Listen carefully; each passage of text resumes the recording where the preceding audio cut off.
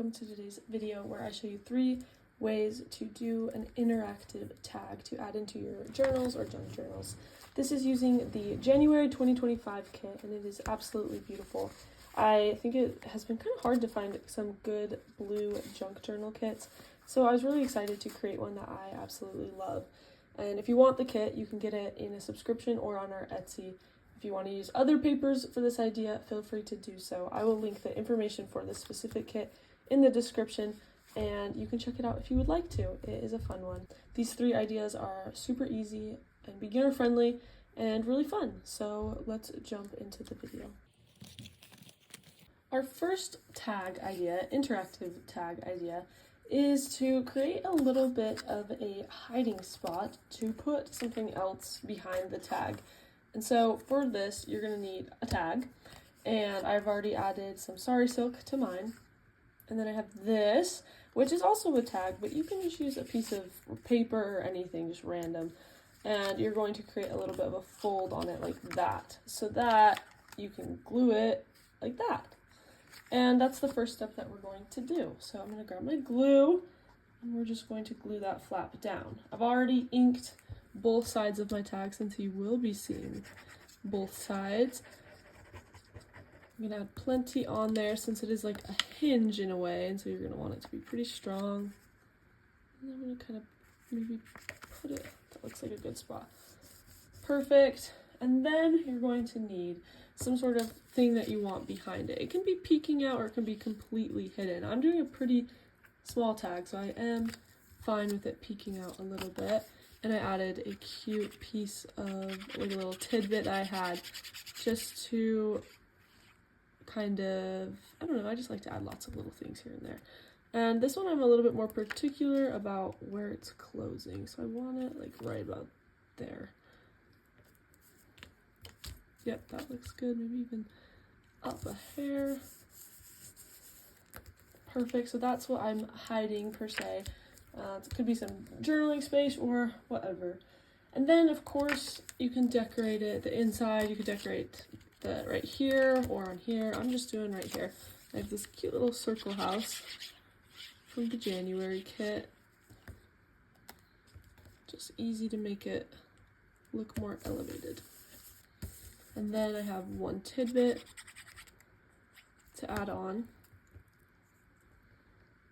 I like it because it says admission, so it's like a little hint that you gotta, like, you can enter into the tag, if that makes sense. And there's that. So then here you go again. And what you're gonna want to do is get a paper clip or some sort of little other clip. I'm gonna use this one since it lays pretty flat. And it's like that. A paper clip is a little bit more subtle, so if that's something you are interested in, use a paper clip. There we go, and there is our first tag. Let's move on to idea number 2. Idea number 2 is probably the one I use the most if I do make an interactive tag, and it's simply just a little pocket. And I like to do this because oftentimes in kits I have a lot of leftover pieces, such as these little tidbits. So this is a great way to use those tidbits while also just making a fun little element for your journal. It also stays pretty flat, so you're not going to be taking up too much extra space in that journal. First things first is you're going to need a piece of paper. This is a scrap piece of paper. I had a leftover piece of ephemera, like a postcard thing, and I decided to use it, and I just cut out a little square. And then I used a hole punch to create that little circle up top. I used just the edge of a circle punch. For this specific one, I'm leaving a little space under the pocket because I thought most of the time I put it right on the bottom of the pocket, and this time I wanted to do something a bit different. And then this is from the same piece of ephemera that I had left over, and it's going to just go at the top of your tag. This always just adds an eye-catching detail to any tag, so I love to do it. And then I'm going to be adding an eyelet, of course. I add a lot of them. I go through eyelets like crazy. I love the colors that this tag has. Perfect. And then, of course, just grab some small tidbits. I did a really small tag, so your tidbits might not be this small. Like, you can do this on any size of a tag. Honestly, that's pretty cute. I don't even know if I want to add this blue in. I'll put it in the back because I really like those browns. There's tag number 2. You could add string. I'm just going to leave mine like that for now. So here's what we've done so far. These 2 tags. On to idea number 3.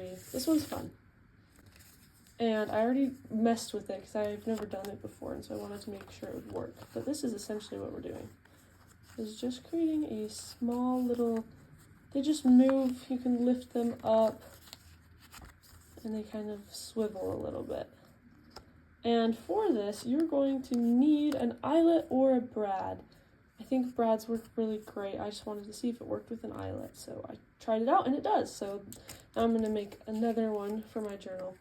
So the trick to this one is to find little layering pieces that look good together, but are kind of different sizes. So you can see this one on the bottom sticks out, and then a cute butterfly, and then this one. And I've lined them up just at that top to make sure everything fits and goes together exactly how I want it.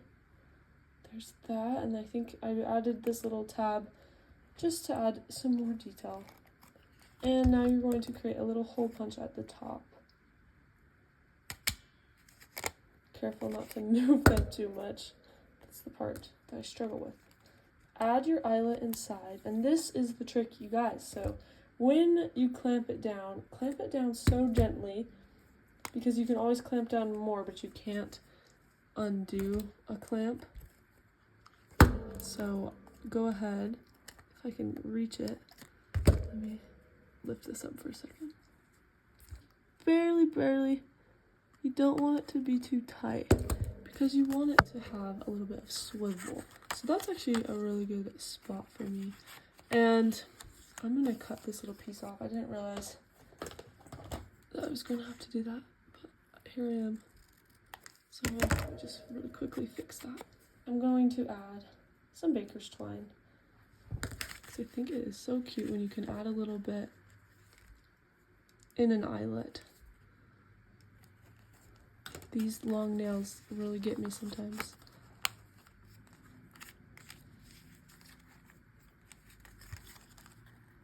And then gently pull it.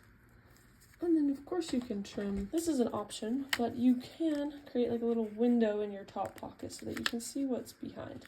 I was going to do this, but I don't really have the right size, and so I just didn't, but there it is. This one even, I think, swivels a little bit better than my other one. So as you can see, it just has a lot of really fun layers, and it's a gorgeous idea. So let's go over everything we did. I'll show you guys everything. Here are the 3 tags we created. We created a swivel tag with lots of fun layers, and it moves. We created a hidden flap tag where you can just put anything behind a piece of paper on a tag and then secure it with a paper clip or a clip.